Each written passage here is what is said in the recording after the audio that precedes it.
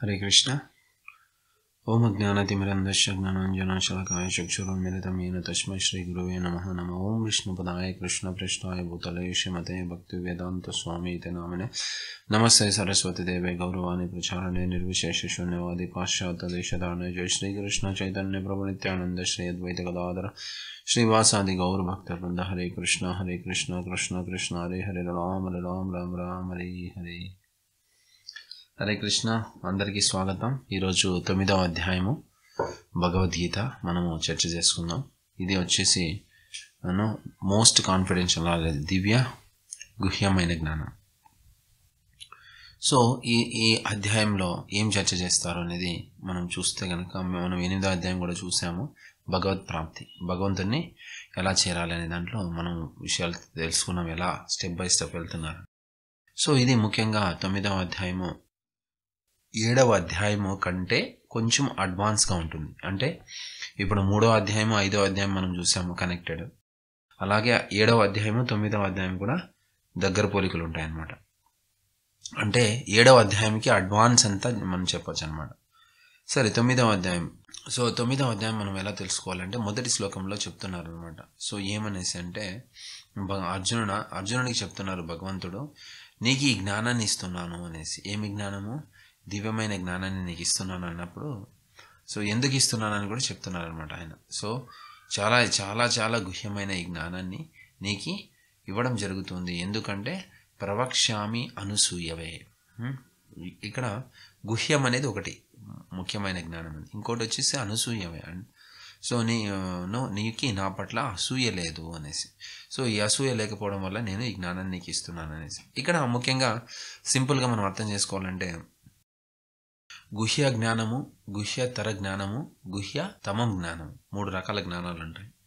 గుహ్యతర జ్ఞానము మనము 2వ అధ్యాయంలో 13వ శ్లోకంలో తెలుసుకుంటాము. దేహినోస్మిన్ యథా దేహే కౌమారం యవనం జర తథా దేహాంతర ప్రాప్తి ధీరస్తస్సన ముహ్యతే.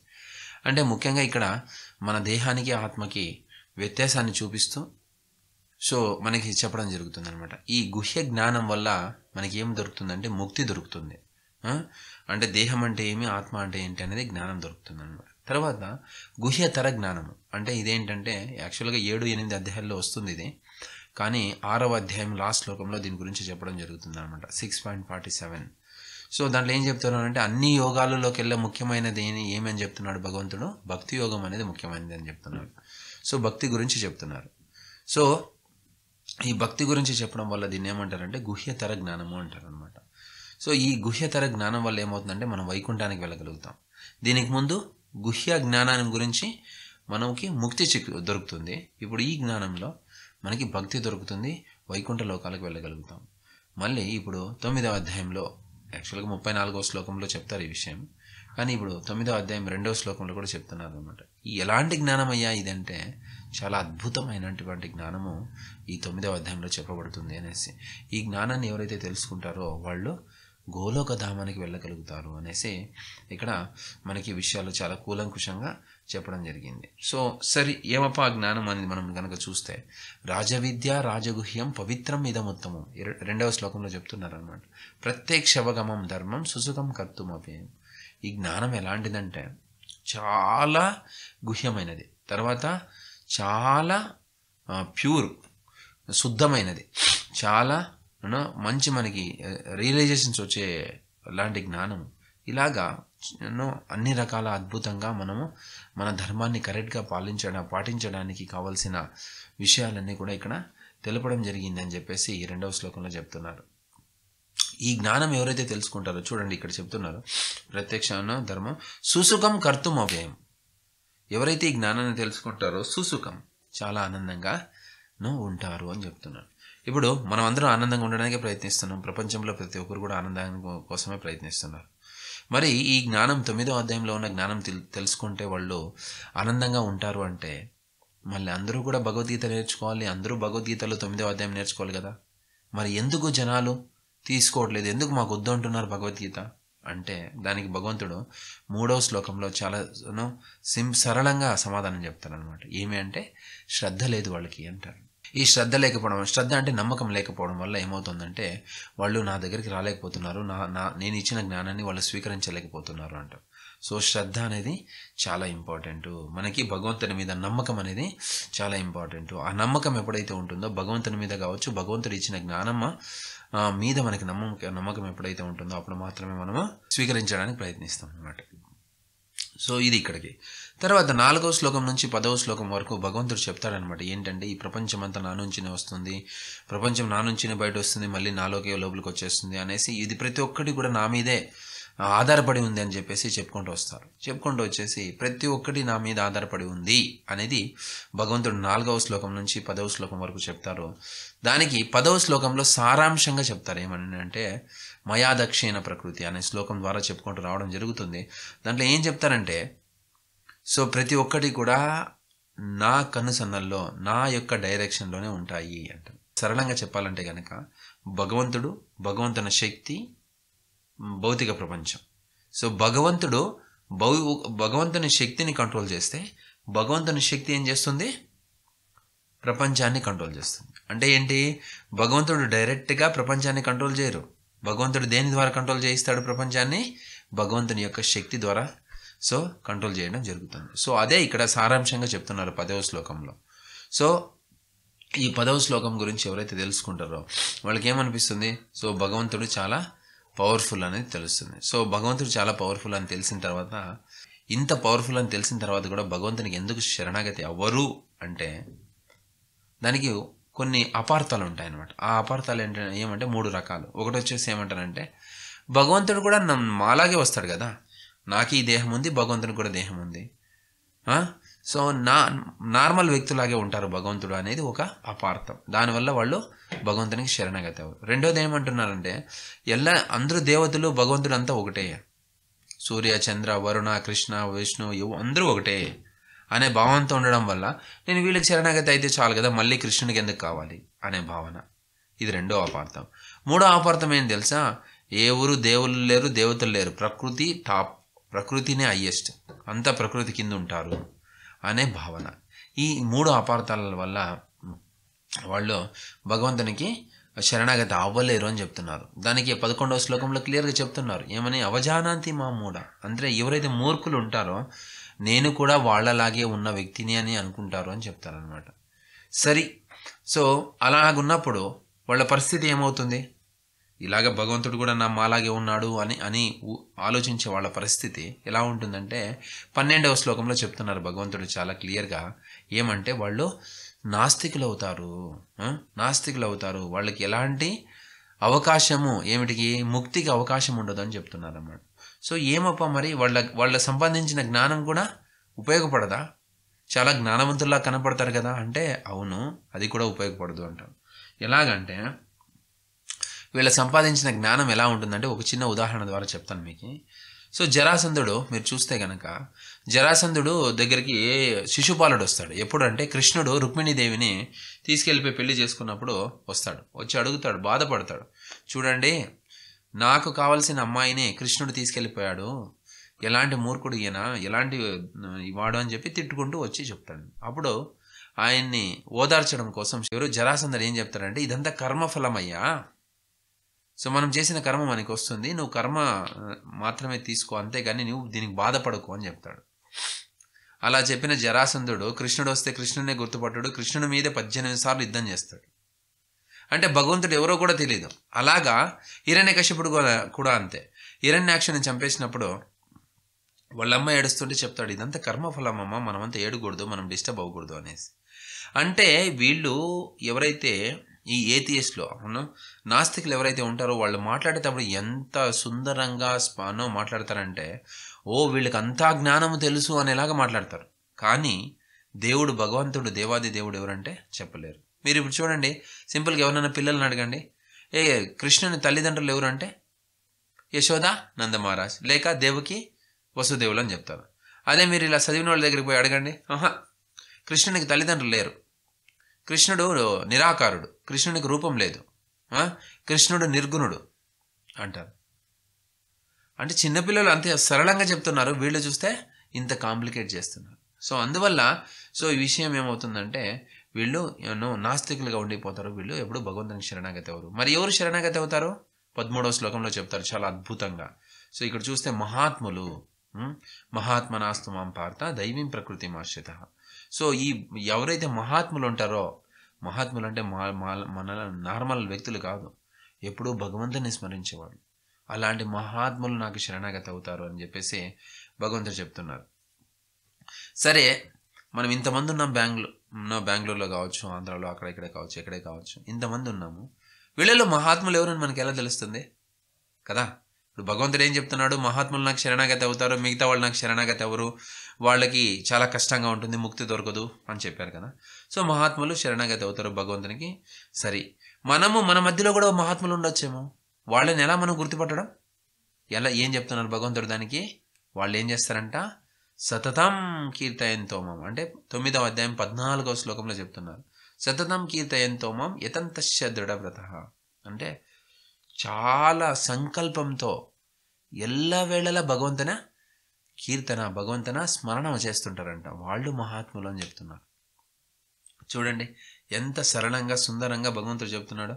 మనం మహాత్ములు ఎవరని తెలుసుకోవాలంటే, ఎవరైతే సతతంగా భగవంతుని ధ్యాసలో ఉంటారో వాళ్ళని మహాత్ములని మనం అర్థం చేసుకోవాలని చెప్పి భగవద్గీత ముఖాంతరంగా చెప్తున్నారు.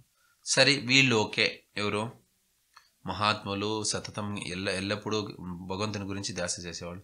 వీళ్ళే కాకుండా ఇంకా కొంతమంది ఉంటారు కదా, వాళ్ళ పరిస్థితి ఏంటి? అందరూ కృష్ణునికే శరణాగతి కావాలని ఏం లేదు కదా, వేరే వాళ్ళకి అయ్యే వాళ్ళు ఉంటారు కదా. వాళ్ళ పరిస్థితి ఏమంటే, వాళ్ళు ఎలా అంటే, వాళ్ళు 3 రకాలు. ఒకరు వచ్చి ఏకత్వేన పృథక్వేన విశ్వతోముఖై. ఏకత్వేన అంటే ఏంటి? ఆల్ ఆర్ గాడ్స్, ఆత్మజ్ఞాన ఆఫెన్. సో వీళ్ళు ఏం చేస్తారంటే, అందరూ దేవతలే, అందరూ దేవుళ్ళే అనుకుంటారు అనమాట. పృథక్వేన అనేవాళ్ళు ఇంకొంతమంది ఉంటారు. వాళ్ళు ఎవరు? దేవీ దేవతా సర్సి. ఫస్ట్ ఏకత్వేన అనేవాడు అందరూ ఒకటే, అందరూ దేవతలే అని భగవంతులే అని చెప్తారు. పృథక్వేన అనేవాళ్ళు ఏమంటారంటే, ఆ దేవి దేవతలు సేమ్, కానీ మనము దేవతలకి వ్యత్యాసం ఉంది అని చెప్తారు. విశ్వతోముఖ, వీళ్ళు ప్రకృతిని పూజిస్తారు, విరాట రూపాన్ని పూజిస్తారు. సో ఇలాగ రకరకాలుగా వేరే వేరే వాళ్ళని పూజించే వాళ్ళు కూడా ఉంటారు. కానీ ఇది ఏమి జరిగినా కూడా మనకి సింపుల్గా సరళంగా అర్థం కావాలంటే, సింపుల్ భగవంతుడు చెప్తాడు ఇక్కడ ఏమనంటే, మీరు ఒక కంపెనీ కనుక వెళితే అక్కడ ఒక CEO ఉంటాడు, వాళ్ళ కింద మేనేజర్లు ఉంటారు, వాళ్ళ కింద ఇంకా మేనేజర్లు ఉంటారు, వాళ్ళ కింద టీమ్ లీడ్ ఉంటారు, టీమ్ లీడ్ కింద టీం మెంబర్స్ ఉంటారు కదా. సో అలాగే మీరు ఈ భౌతిక ప్రపంచాన్ని కూడా చూస్తే సేమ్ అలాగే ఉంది. మీరు చూస్తే ఇంద్ర, చంద్ర, వరుణ, సూర్య వీళ్ళంతా కూడా ఒక్కొక్క డిపార్ట్మెంట్ హెడ్స్. మీరు చూడండి, సరస్వతి ఏం చేస్తారు? చదువునిస్తారు. శివుడు ఏం చేస్తాడు? ప్రళయం చేస్తాడు. బ్రహ్మ ఏం చేస్తాడు? సృష్టి చేస్తాడు. వరుణుడు ఏం చేస్తాడు? వర్షాన్ని ఇస్తాడు. అలాగా. సో అగ్ని ఏం చేస్తాడు? అగ్నిని ఇస్తాడు. మీరు ఇవి చూస్తేనే తెలిసిపోతుంది. అగ్నిదేవునికి ఏం కనెక్షన్ ఉంటుంది? అగ్నికి సంబంధించిన ఇన్ఫర్మేషన్ ఆయన దగ్గర ఉంటుంది. వరుణదేవునికి వర్షాన్ని గురించి ఉంటుంది అన్నమాట. సో అలాగా మన కంపెనీలో ఒక్కొక్క డిపార్ట్మెంట్ ఇన్ఛార్జ్ ఎలాగైతే ఉంటాడో, అలాగే ఈ భౌతిక ప్రపంచంలో కూడా ఒక ఇన్ఛార్జ్ ఉంటారు. వాళ్ళందరిపైన ఎవరు ఉంటారు? భగవంతుడు, కృష్ణుడు ఉంటాడు. సో దీన్ని చూస్తేనే మనకు తెలిసిపోతుంది చాలా సింపుల్ అని. ఇంకొక విషయం ఇక్కడ మనం తెలుసుకోవాల్సింది ఏంటంటే, ఈ ఇంద్రుని పొజిషన్ కావచ్చు, లేకపోతే సూర్యుని పొజిషన్ కావచ్చు, ఇది ఏదే కావచ్చో, అవి పదవులు తప్పించి అవి వాళ్ళు వ్యక్తులు కాదు. అంటే ఒక వ్యక్తి వెళ్ళి ఆ సింహాసనం మీద కూర్చోవడం జరుగుతుందే తప్ప ఇంద్రుడు ఎల్లకి వేళలా ఇంద్రుడే అయి ఉంటాడని లేదు. ఇంద్రుని స్థానంలో ఎవరన్నా వెళ్ళి కూర్చోవచ్చు. దీనికి ఉదాహరణ ఏంటో తెలుసా? ఒక్కొక్క సమయంలో ఇంద్రుడు కరెక్ట్గా లేకపోతే వాళ్ళు వచ్చి ఈ కురు వంశం ఉంది కదా, పాండవులు కౌరవులు ఉన్న వంశం పూర్వీకుల్లో వాళ్ళు అడిగేవాళ్ళంట, ఏమైనా అయ్యా మా ఇంద్రలోకంలో మంచి ఇంద్రుడు లేడు, మీరు వచ్చి మా లోకాన్ని పాలించండి అనేసి. మనకి దేవతలకి వ్యత్యాసం ఉండదు. మనకి శక్తి తక్కువ ఉంటుంది, దేవతలకి శక్తి ఎక్కువ ఉంటుంది. కానీ భగవంతుడు అంత శక్తి వాళ్ళ దగ్గరే ఉంటుంది. అర్థమైందా? మనకిను దేవతలకి శక్తి పరంగా కొంచెం డిఫరెన్స్ ఉంటుంది. కానీ మనకి దేవతలకి ఎంత ప్రపంచానికి శక్తి ఎక్కడి నుంచి వస్తుంది? దేవాది దేవుడు శ్రీకృష్ణ భగవాను నుంచి వస్తుంది. అందుకనే కృష్ణుని భగవంతుడు అంటాము, వీళ్ళని దేవతలు అంటాము అనమాట. సో అందువల్ల మనం ఇది క్లియర్గా అర్థం చేసుకోవాలన్నమాట. సో సరే, ఇప్పుడు ఓకే, దేవతల గురించి చెప్పారండి. మీరు దేవతల్ని పూజించేటప్పుడు వాళ్ళు డిపార్ట్మెంట్ ఇన్ఛార్జులు, భగవంతుడు కృష్ణుడు దేవాది దేవుడు, కృష్ణుడు నుంచి వీళ్ళందరికీ ఎనర్జీ వస్తుందని చెప్పారు. మనం చూసినట్టుగానే అగ్నిని చూసుకుంటే, వాయువుని చూసుకుంటే, వరుణుని చూసుకుంటున్నారు. అది మాకు కూడా అర్థమవుతుందని మీరు ఒప్పుకుంటారు. కానీ ఇప్పుడు ఇంకొక విషయం ఏమంటే, మేము చాలా రోజుల నుంచి దేవతల్ని పూజిస్తూ వస్తున్నాం, మాకు ఇవంతా క్లారిటీగా స్పష్టంగా తెలియదు. అలాంటప్పుడు ఆ దేవతలు ఇచ్చే వరాలు ఎలా పనిచేస్తాయి అని మీరు అడగచ్చు. దేవతలు ఇచ్చే వరాలు ఎలా పనిచేస్తాయంటే అశాశ్వతము, శాశ్వతంగా మీకు ఉండవు. ఎందుకంటే మీరు ఎప్పుడన్నా చూడండి, ఏదైనా ఒక తొందరతో మీరు దేవస్థానానికి వెళ్తే ఆ తొందర కొంచెం తీరుతుంది, కానీ ఇంకో తొందర వస్తుంది, లేదా అదే మళ్ళీ వస్తుంది. ఇంకొక విషయం ఏమంటే దేవతలు మనకు ఎప్పుడు కూడా ముక్తిని ఇవ్వలేరు. ఉదాహరణ ఏంటి? ఫస్ట్ పాయింట్ ఏంటి? దేవతలు ఇచ్చే ఆశీర్వాదం ఎప్పుడు కూడా టెంపరీగా ఉంటుంది, శాశ్వతంగా మనకు ఉండదు. నెక్స్ట్ రెండో పాయింట్ ఏంటి? వాళ్ళు ముక్తిని ఇవ్వలేరు. ఏంటయ్యా ఉదాహరణ? సో హిరణ్యకశిపుడు తపస్సు చేస్తాడు, బ్రహ్మదేవుడు వచ్చి ఆయనకి ఆశీర్వాదం ఇచ్చేకొస్తే ఆయన అడుగుతాడు నేను ఏమవ్వాలని. సో హిరణ్యకశిపుడు ఏమడుగుతాడు? నాకు చావే ఉండకూడదు అని అడిగేస్తాడు. ఆయన అంటాడు, నాయన నేనే చనిపోతాను, నీకెట్లా చావ లేకుండా ఇవ్వడం అనేసి. సర్లే నేను అడిగినట్లుగా నువ్వు ఇవ్వు అనేసి. నేను బయట చనిపోకూడదు, లోపల చనిపోకూడదు, కత్తులతో చంపకూడదు, వెపన్స్తో చంపకూడదు, మనుషులు చంపకూడదు, వీళ్ళు చంపకూడదు, వాళ్ళు చంపకూడదు, అలా పొద్దున రాత్రి అన్నీ అడిగేస్తాడు. తదాస్తు తదాస్తు తదాస్తు అని చెప్పి వెళ్ళిపోతాడు. నరసింహస్వామి వస్తాడు, వచ్చి ఆయన చంపేస్తాడు. ఎవరిని? హిరణ్యకశిపుని. సో అలాగా అంటే దేవతలు ఇచ్చే, అంటే బ్రహ్మ ఇచ్చిన వరము శాశ్వతం కాదు, ఈ జన్మలోనే పోతుంది. అలాగా దేవతలు ఇచ్చే వరాలు ఎప్పుడు కూడా అశాశ్వతంగా ఉంటాయి, తర్వాత వాళ్ళు మనకి ముక్తిని ఇవ్వలేరు. ఇది అనమాట. ఇంకొక ఇక్కడ ఇంపార్టెంట్ పాయింట్ ఏంటంటే మనం కృష్ణుని పూజిస్తే వేరే దేవతలకు కోపం వస్తుందా కదా? చాలాసార్లు మనకి డౌట్ ఉంటుంది, కృష్ణుని పూజిస్తే వేరే దేవతలకు కోపం వస్తుందా?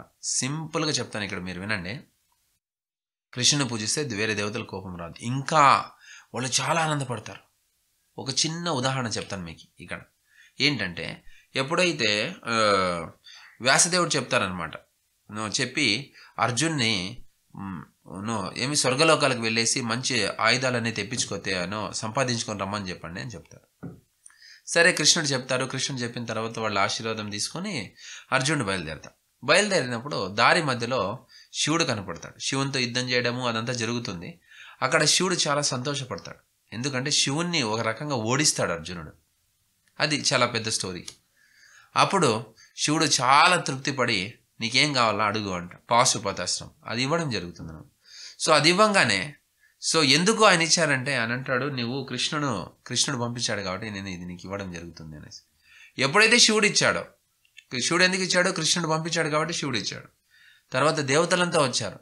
దేవతలంతా అక్కడికి వచ్చేసి నీకేమేమి ఆయుధాలు కావాలో తీసుకో అని చెప్పి ఇవ్వడం జరిగింది. ఎందుకు మీరు అందరూ ఇస్తున్నారంటే నువ్వు కృష్ణుని సేవకుడు, నువ్వు కృష్ణ భక్తుడు, అందుకోసమే మేము ఇస్తున్నామని చెప్పేసి అర్జునుడికి అన్ని ఆయుధాలు ఇస్తారు. ఇంద్రుడు ఇస్తాడు, వరుణుడు ఇస్తాడు, అగ్నిదేవుడు ఇస్తాడు. ప్రతి ఒక్కరూ కూడా అన్ని ఆయుధాలు ఇచ్చి జాగ్రత్త చెప్పి పంపిస్తారు. అర్థమైందా? ఇది విషయం అన్నమాట. సో ఇక్కడ మనం భగవంతుని కృష్ణుని పూజిస్తే మిగతా దేవతలు కష్టపడతారా ఇష్టపడతారా అనే దానికి సమాధానం ఇక్కడ చాలా చక్కగా చెప్తున్నారు. దేవతలు ఏమేం కావాలో అన్నీ ఇస్తారు. ఒకరు నాట్యం నేర్పిస్తారు, ఒకరు డ్యాన్స్, ఒకరు కీర్తన నేర్పిస్తారు, ప్రతి ఒక్కటి నేర్పిస్తారు. కళలు నేర్పిస్తారు, అస్త్రాలు ఇస్తారు, శస్త్రాలు ఇస్తారు. ఎందుకంటే ఒకటి, ఎందుకంటే అర్జునుడు కృష్ణునికి సేవ చేస్తున్నాడు అని ఒకే ఒక ఉద్దేశంతో. సో అందువల్ల మనం ఎప్పుడైతే కృష్ణునికి సేవ చేస్తామో, కృష్ణుని భజన చేస్తామో, కృష్ణుని భక్తి చేస్తామో, అప్పుడు എല്ലാ దేవతలు కూడా చాలా తృప్తి పడతారు. ఇది మనం తెలుసుకోవాల్సిన విషయం అన్నమాట. కాబట్టి మనం ఎప్పుడు భయపడిన అవసరం లేదు. అయ్యో కృష్ణుని మిగతా వాళ్ళని వదిలేసి కృష్ణుని పూజిస్తే వేరే వాళ్ళ కోపం వస్తుందేమో, ఆ కోపం వచ్చేది ఏం లేదు. వాళ్ళు నిజంగా మన పట్ల ఆనందపడతారు అన్నమాట. సో సరే ప్రభు, మీరు భగవంతుని పూజించాలని చెప్తున్నారు. సో మాకు కొన్ని భౌతికమైన కోరికలు ఉన్నాయి, అవి కూడా కృష్ణుని అడగచ్చా? ఇప్పుడు మనం చదువుకుంటున్నాం అనుకో, ఎవరి దగ్గర పంపిస్తాం? సరస్వతి దగ్గరికి పంపిస్తాం. మనకి ఇంకోటి ఏదైనా డబ్బు కావాలనుకో, లక్ష్మీదేవిని పూజిస్తాం. ఇంకోటి ఒక్కో దేవతలకు స్పెసిఫిక్గా ఉన్నారు కదా, వాళ్ళ దగ్గరికి పోతాం. కానీ ఇలా అన్నిటికి కూడా మనం కృష్ణుని అప్రోచ్ అవ్వచ్చా? ఖచ్చితంగా మనం భగవంతుని దగ్గరికి రావాలి. ఎవరో చెప్తారు, అకామ సర్వకామవ మోక్షకామ ఉదారదే తీవ్రేణ భక్తి యోగేన యజతే పురుషం పరం. నీకు ఏమే కానీ తీవ్రేణ భక్తి యోగేన అంటే తీవ్రంగా మీరు ఎప్పుడైతే కృష్ణ భక్తి చేస్తారో అవన్నీ కూడా భగవంతుడు చూసుకుంటాడు అని చెప్తున్నారు. కాబట్టి ఎందుకు మనం ఇలా చేయాలంటే, మనం భగవంతుని పూజిస్తే భగవంతుని ధామానికి వెళ్తాం, అలా కాకుండా దేవతలను పూజిస్తే దేవతల దగ్గరికి వెళ్తాం. సో అందువల్ల ఇక్కడ మనం తెలుసుకోవాల్సిన విషయం. సరే, గుహ్యతమమైన జ్ఞానం చెప్తామన్నారు కదా ఈ 9వ అధ్యాయంలో. ఏంటి అంటే వెరీ సింపుల్. ఏం తెలుసా? భక్తి యోగా విత్ లవ్. అంటే ఏంటి? భగవంతుని భక్తి ప్రేమతో చేయడం. సో దానికి ఏం చెప్తున్నారు? సింపుల్ మంచి శ్లోకం చెప్తున్నారు. 9వ అధ్యాయం 26వ శ్లోకంలో చెప్తున్నారు, పత్రం పుష్పం ఫలం తోయం. సో ఈ శ్లోకంలో ఏం చెప్తున్నారంటే, నువ్వు పత్రం కావచ్చు, ఫలం కావచ్చు, పుష్పం కావచ్చు, తోయం అంటే నీళ్లు కావచ్చు, నాకు అర్పిస్తే ఎలా అర్పించాలి? ప్రేమ మరియు భక్తి. ఇది కండిషన్. పూలు ఇట్లా ఇసిరేయచ్చు, నువ్వు ఏదే ఇవ్వు, పూలు ఇచ్చినా పళ్ళు ఇచ్చినా ఏమిచ్చినా కూడా ప్రేమ మరియు భక్తితో ఇవ్వాలి. అది కండిషన్. ఎప్పుడైతే ప్రేమతోనో భక్తితోనో మనం భగవంతునికి చిన్న వస్తువు అర్పించినా కూడా భగవంతుడు స్వీకరిస్తాడని చెప్తున్నారు అనమాట. సో ఏమంట ఇక్కడ కండిషన్ ఏంటి? ప్రేమ భక్తి. మీరేమన్నా సేవ చేయండి భగవంతునికి, అది ఎలా చేయాలి? ప్రేమతోన భక్తితోన చేయాలి. అప్పుడు భగవంతుడు స్వీకరిస్తాడు దాన్ని. సరే ప్రభు, అందరికీ భక్తి ఉండదు కదా, అందరూ అలాంటి ప్రేమతోన భక్తితోన భగవంతునికి సేవ చేయలేరు కదా, వాళ్ళ పరిస్థితి ఏంటి? దానికి నెక్స్ట్ శ్లోకంలో చెప్తున్నారు, 27వ శ్లోకంలో ఏం చెప్తున్నారంటే, మీరేమే పని చేయండి, ఏమే కార్యమే చేయండి, అది భగవంతునికి అర్పించండి, భగవంతునికి అర్పిస్తూ చేయండి అని చెప్తారు. యత్కరోషి యజ్ఞసి యజ్జుహోషి దదాతి యత్. సో ఈ శ్లోకంలో చెప్పుకుంటూ వస్తారన్నమాట. ప్రతిదీ కూడా భగవంతునికి అర్పించి చేయండి అని చెప్తున్నారు. సో అలా చేయడం వల్ల ఏమవుతుందంటే, సో అది కర్మయోగ అవుతుంది. సో దానివల్ల మనకి ఎలాంటి ప్రతిఫలం వస్తుందా అంటే, సుఖశాంతి, ముక్తి దొరుకుతుంది, సుఖశాంతి, ముక్తి, అన్ని కర్మల నుంచి ముక్తి చిక్కుతుంది. తర్వాత మనకి సుఖశాంతి అనేది దొరకడం జరుగుతుంది. సరే ఇలా చేసుకుంటూ పోతే ఏమవుతుందంటే, మనము ఈ భౌతిక బంధనాల నుంచి, భౌతికంగా మనల్ని కట్టివేస్తుంటుంది. ఏమది? కోరిన కోర్కెలు కోయని కట్లు తీరవు నీవవి తెంచక, భారపు పగ్గాలు పాప పుణ్యములు నిర్వలబో నీవు వదనక వెంకటేశ శ్రీనివాస. అన్నమయ్య ఈ కీర్తన చెప్తాను. మన కోరికలు, మనం చేసే పనులు మనల్ని కోయని కట్లు కట్టేసి ఉంటాయంట. అవి ఎలా తీరుతాయంటే, భగవంతుడు దాన్ని తెంచేస్తే కానీ తీరవంట. కాబట్టి ఇలా చేయడం వల్ల, భగవంతునికి అర్పిస్తూ చేయడం వల్ల ఏమవుతుందంటే, భగవంతుడు మనకి ఆ కట్లని తెంచేస్తాడు. అప్పుడు అంటాడు, ఎవరు? అర్జునుడు అంటాడు, ఏం కృష్ణ, నేను చూస్తూ వస్తున్నాను, నేను అబ్జర్వ్ చేస్తున్నాను, నువ్వు చాలా పార్షియాలిటీ చేస్తున్నావే, నీకు ఎవరైనా సేవ చేస్తే వాళ్ళంతా అన్నీ ముక్తి ఇచ్చేస్తావు, అన్నీ చేసేస్తానని చెప్తున్నావే, నువ్వు ఇలా చేయకూడదు కదా కృష్ణ అంటారనమాట. ఎవరు? అర్జునుడు. అప్పుడు అంటాడు, లేదయ్యా, నేను ఎవరిని ద్వేషించను, ఎవరిని ఇది చేయనప్పా, నాకు అందరూ సమానమే అని చెప్తారు. అదెక్కడ? 29వ శ్లోకంలో చెప్తారు భగవంతుడు. ఏమని? సమోహం సర్వభూతేషు నమే ద్వేషోస్తి నా ప్రియ. సో నాకు ఎవరు ద్వేషులు కానీ ప్రియులు కానీ అలా ఏం లేదు అని చెప్పేసి ఆ శ్లోకంలో అందరూ నాకు ఎవరైతే భక్తితో చేస్తారో వాళ్ళంటే నాకు చాలా ఇష్టం తప్పించి అట్లేమీ నన్ను పార్షియాలిటీ చేయను ఆయన అని చెప్తున్నాను అనమాట. సరే మరి అలాంటప్పుడు ఏం చేస్తారంటే భగవంతుడు, కానీ భక్తులు ఎవరైతే ఉన్నారో వాళ్ళ పట్ల నేను కొంచెం స్పెషల్ అటెన్షన్ తీసుకుంటాను అనేసి.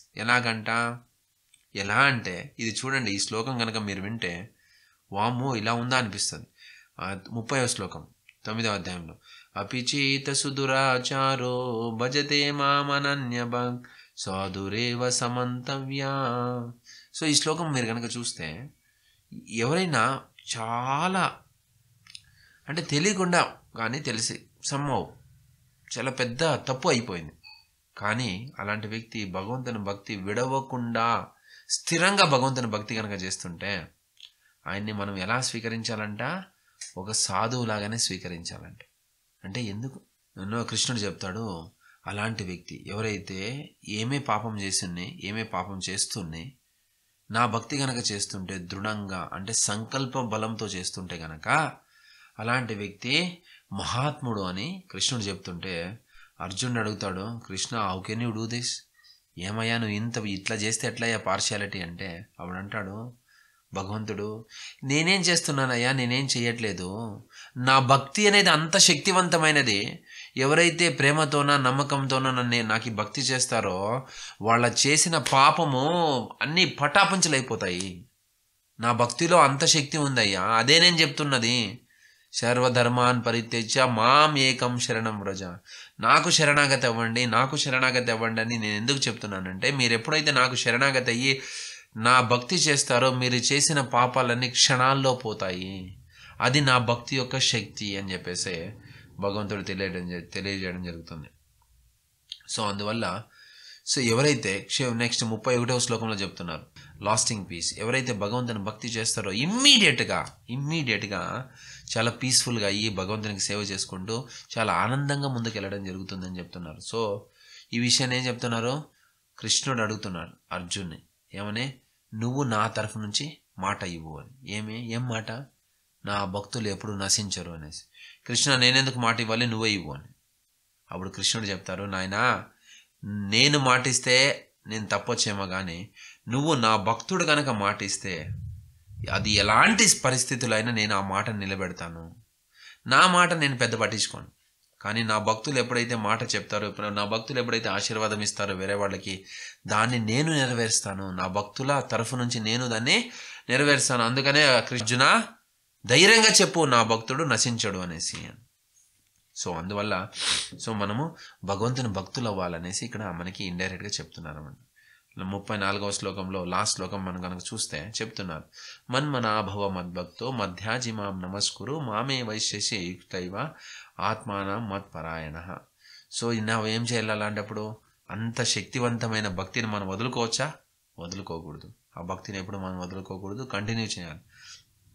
అది ఎలా చేయాలంటే మన్మనాభవ మద్భక్తో, మనం ఏం చేయాలి, మన మనసుని భగవంతుని భక్తిలో భగవంతుని గురించి ఆలోచిస్తూ దాన్ని ఎంగేజ్ చేయాలి. తర్వాత మధ్యాజిమాం నమస్కురు my devotee offer my obeisances, అంటే నాకు ప్రణామం చెయ్యి. తర్వాత మామే వైశ్యశక్తైవ ఆత్మనా మత్పరాయణ, నాకు పూజ చెయ్యి, నన్ను కంప్లీట్గా నా ఆలోచనలో ఉండు. సో ఖచ్చితంగా నువ్వేమవుతావు, నువ్వు నా దగ్గరికి వస్తావు అని చెప్పేసి భగవంతుడు చెప్పడం జరిగింది. కాబట్టి ఇక్కడ మనం తెలుసుకోవాల్సిన విషయం ఏమంటే భక్తి, భగవంతుడు, మన భక్త అంటే మనము, భగవంతుడు, భక్తి, ఈ మూడు కూడా కనెక్షన్ అనమాట. మనం భక్తి చేస్తే భగవంతునితో కనెక్ట్ అవుతాం. సో అందువల్ల ఈ 9వ అధ్యాయంలో ఏం చెప్తున్నారంటే, మనం సింపుల్ సరళంగా ఉన్న ఈ హరే కృష్ణ మహామంత్రను మనం ఎప్పుడైతే జపిస్తామో, ఆ జపించడం వల్ల ఏమవుతుందంటే భగవంతుడు చాలా తృప్తి పడతాడు. సంపూర్ణంగా శుద్ధ భక్తి చేయొచ్చు, సతతం కీర్తయంతమం, ఎల్లప్పుడూ కూడా భగవంతుని. అది చేయలేకపోతే కనీసం మీరు ఏదైతే చేస్తున్నారో అది భగవంతునికి అర్పించి చేయొచ్చు. ఇలా చేస్తే ఏమవుతుందంటే భౌతిక బంధనాల నుంచి ముక్తి దొరుకుతుంది. మనం ఒకానొక రోజు భగవంతుని సంపూర్ణంగా శరణాగతి ఆగువంత స్థితికి వస్తాం. సో అందువల్ల ఈ 9వ అధ్యాయం అనేది చాలా ఇంపార్టెంట్. దీంట్లో ఈ విషయాలు మనం తెలుసుకున్నాం. అందరికీ ధన్యవాదాలు. హరే కృష్ణ.